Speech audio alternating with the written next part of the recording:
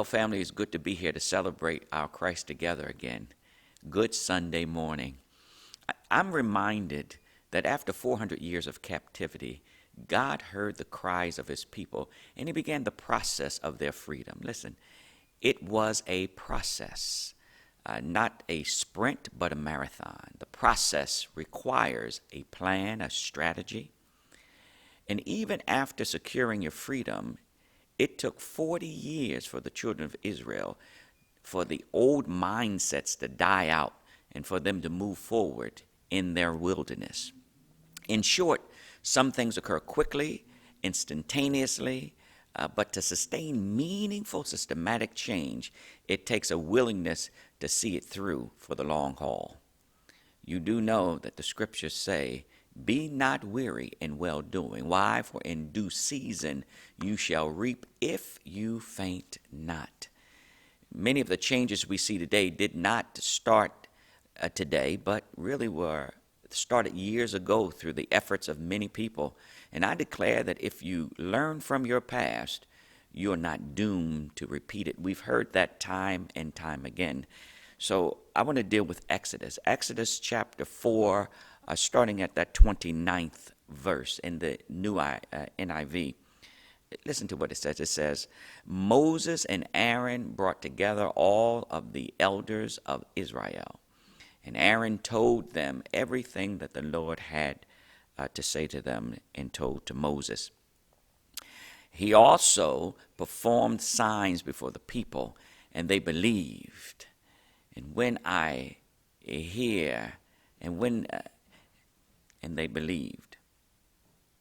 And when they heard that the Lord was concerned about them, listen to what the text says. They had seen that he had seen their misery. They bowed down and they worshiped.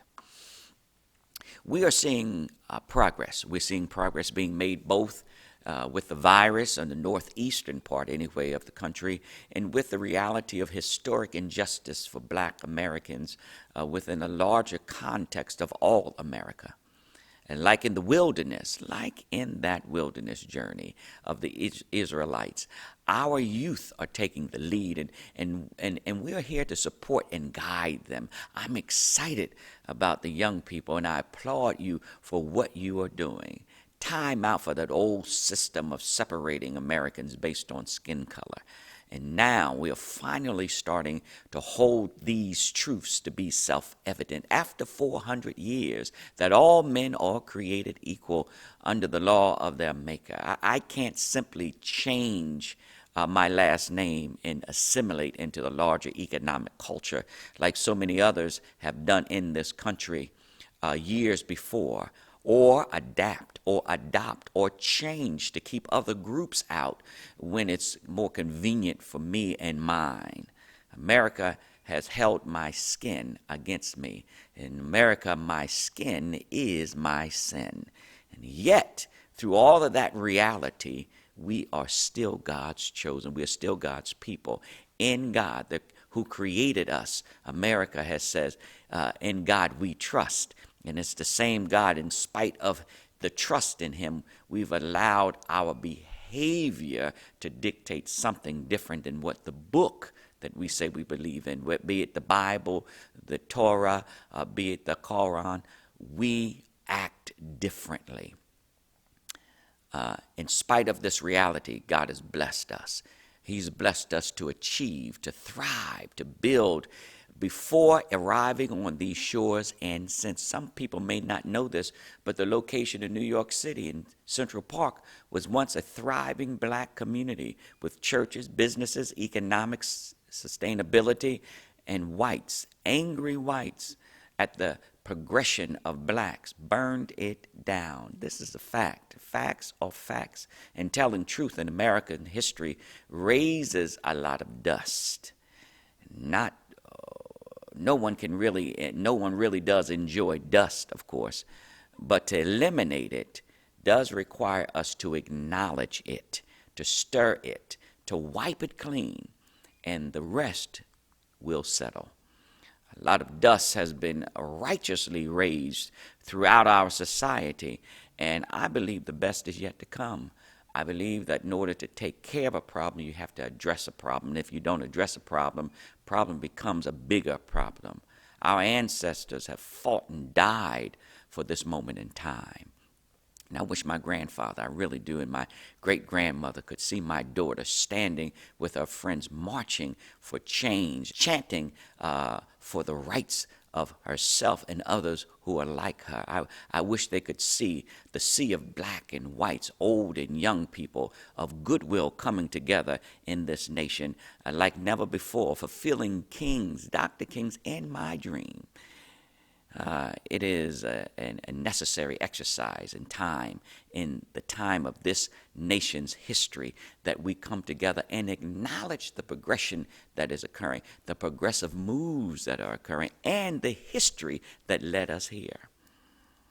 The eyes of the world, are watching us, and we need to maximize this moment. Why? Because the dust will settle. Yes, the dust will settle. The excitement will subside. The media will find a new headline story, and therefore there's an important question that must be asked. What do you do when the dust settles? Be a visionary. Look beyond the moment of now into what is yet to be. Yes, what will you do when the dust clears?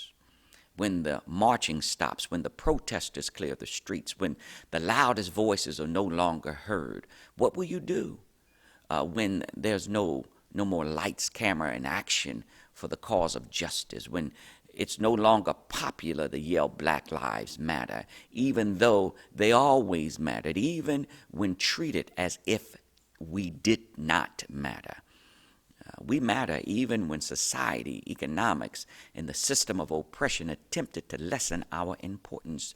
The truth of the matter is America is a superpower built on the power of human power of black men and women who never shared in the power they generated for this nation. That's a fact.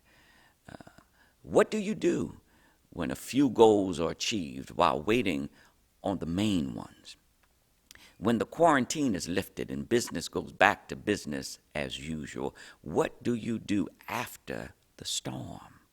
Well, sometimes in order to move forward, it's good to look backward into the past victories of oppressed people and societies. You do know Job tells us that there's nothing new under the sun, don't you? There are two things, I believe, that can happen when you look at history. You can see why we got where we are. That is to say, the cause of the condition. And secondly, you can see what others have done to get from where they were to where they wanted to be. After protest and more excuses, Moses finally does what the Lord called him to do. With the help of Aaron, his brother and spokesperson, Moses returns to Egypt, and there he assembles the elders of Israel, and he did it with great results. You see, captivity is not only a physical reality, it is also a mental mindset. If you've been conditioned to believe that you are less than, you'll begin to act and think that way. But if you're conditioned to know that you're equal and second to none, then you'll begin to walk and act that way. I've been taught by my mother and other parents that it doesn't matter what you have. What matters is where you're going. And sometimes you can walk out of a place with nothing and look like you have something because you have it in your mind. Mind currency is more powerful than money, than physical currency any day, because if you can think it, you can achieve it. And it's time for reconditioning within American society, a reconditioning of the mind of America. No one has been given, certainly African Americans haven't been given anything. We, above all others, have earned our right to enjoy the liberties of this society. No other group in America was stolen from their homes and brought here. Even the historic notion of slavery from a world view has never been so heinous as that which was perpetrated by the wicked acts of cruel slave masters on these shores. With exception of the Native American, few times in human history do we see the barbaric act of men against men, man against man, systematically perpetrated on blacks in America, even until today. Yes, we must acknowledge this. So what do you do when the dust settles?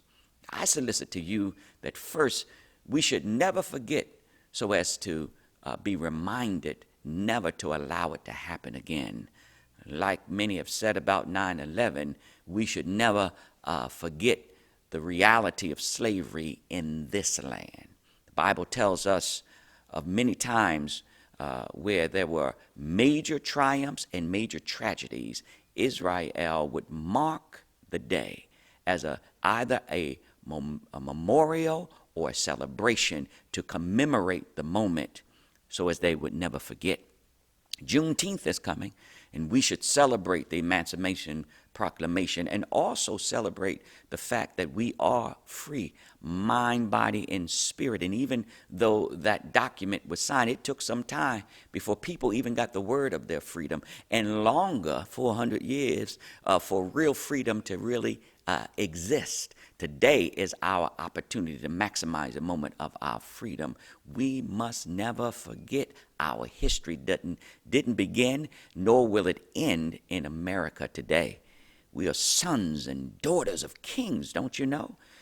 We are from the seed of Abraham and the sons and daughters of Adam, direct descendants from Akibalon, the place where the first man was created, born, and bred. All other nations, ethnicities, nationalities. Never forget who you are, because when you know who you are, no one can control your destiny. It is written who you are. It is determined already who you are. God has purposed us for today and for a better tomorrow. Secondly, we ought to make a plan. The Bible reminds us that God gave Moses a plan for his people.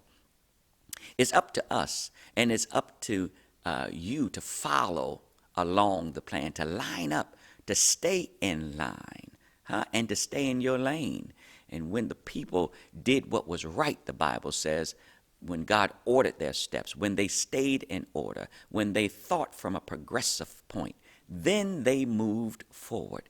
But when they disobeyed, God corrected them. And America has to watch out, because we've not always been in line with the plan, the human decent plan, do unto others as you would have them do unto you of God. We must make and know the plan. You know, Harriet Tubman had a plan. I love when I read about Harriet Tubman. the black Moses, and how on the road to freedom some would want to turn back and go back into captivity, and she would cock that pistol, cock that rifle, and say either we all go or nobody goes. The Montgomery bus boycott didn't just happen. There was a plan. Civil rights movement took shape after many long days and nights of intelligent strategy. Have a plan. We are an intelligent people. Wade in the Water wasn't just a song, It was a plan. And today we must be willing to give up our individual agendas for the sake of the larger, greater one. I want to see some board members appointed to some major banks that are black. I want to see some hedge funds and corporations for whom we've built have some decision makers that are black. I want to see blacks sit in seats of power and decision making. I want my children to have the same opportunities as all other children. We can't just pay our way into the leading universities with little consequences and hope no one sees. And this has been going on for years. We want to be able to play in the field that has the same rules across the field, across the board, across the boardrooms, across the realities of this nation. We want to be able to get loans from banks and be able to move into neighborhoods without the redlining reality that is still a reality today.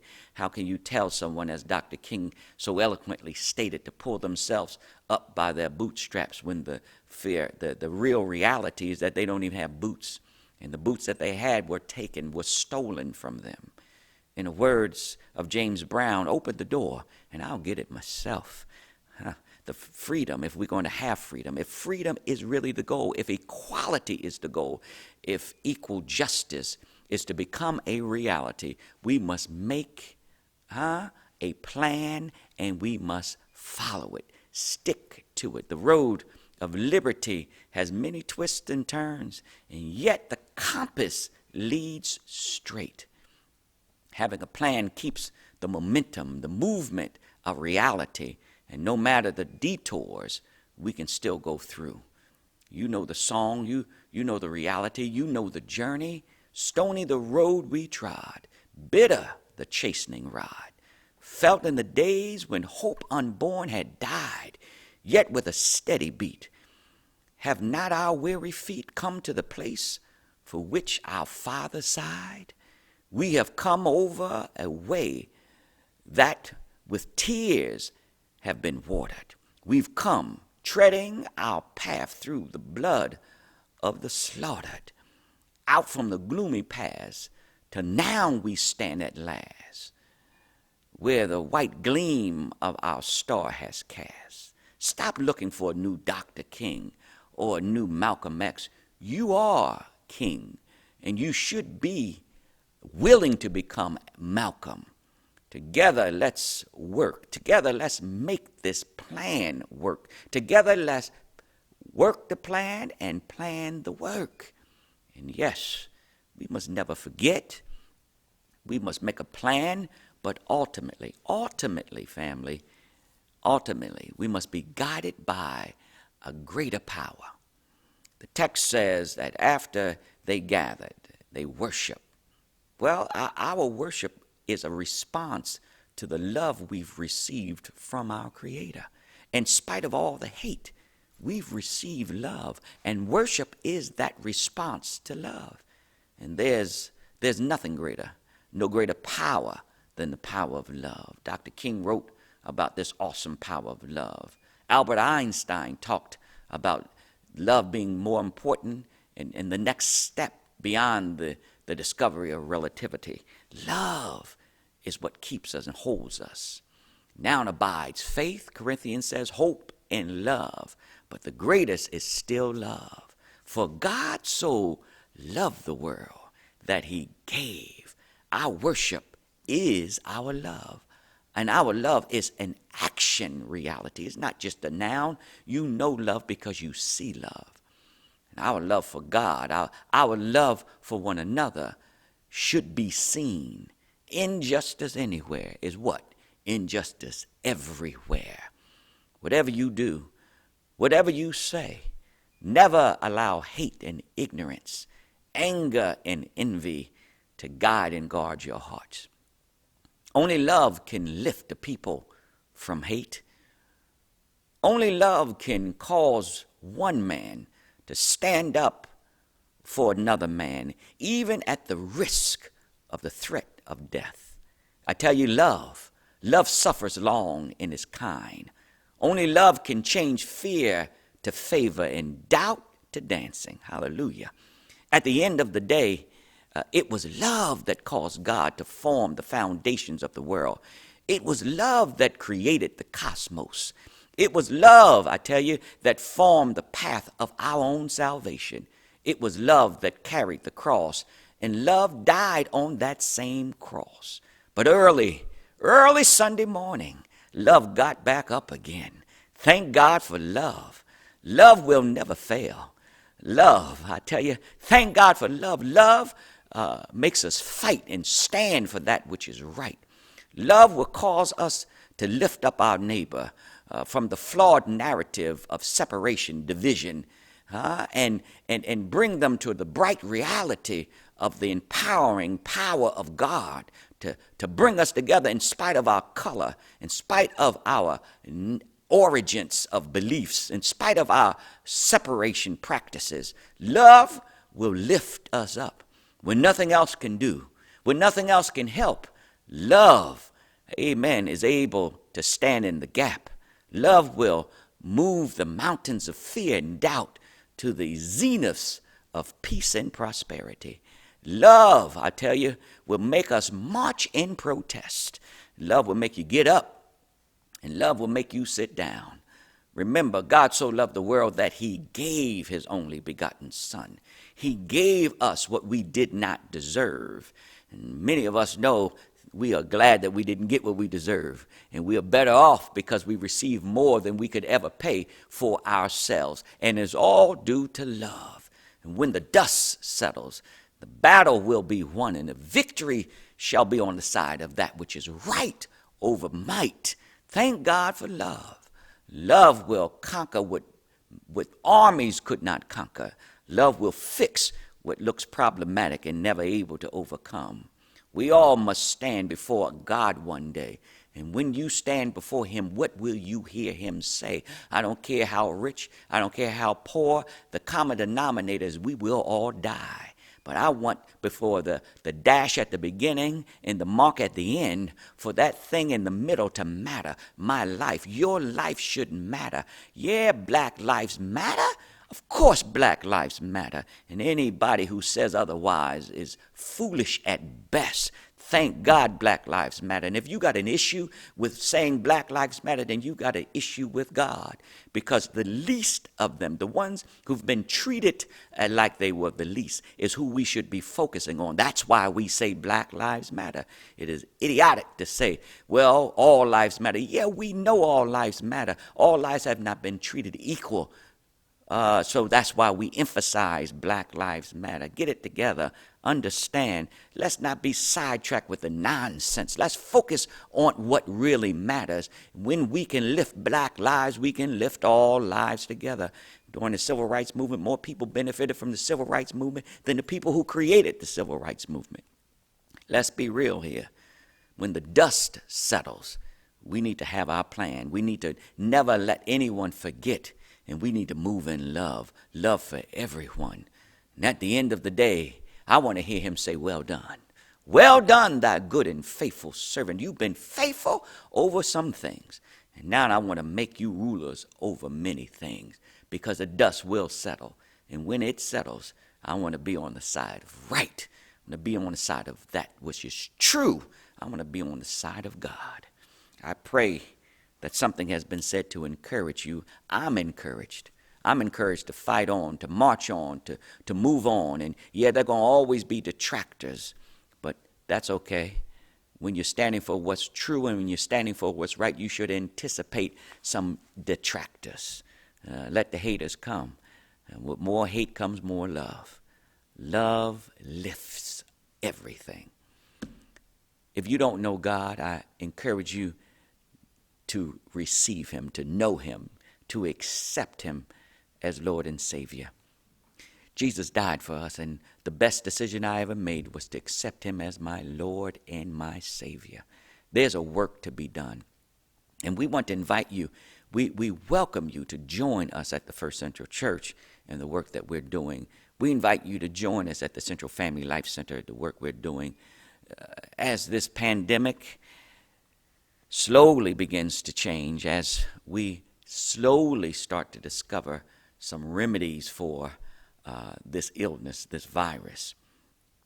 There is no major panacea, no magic.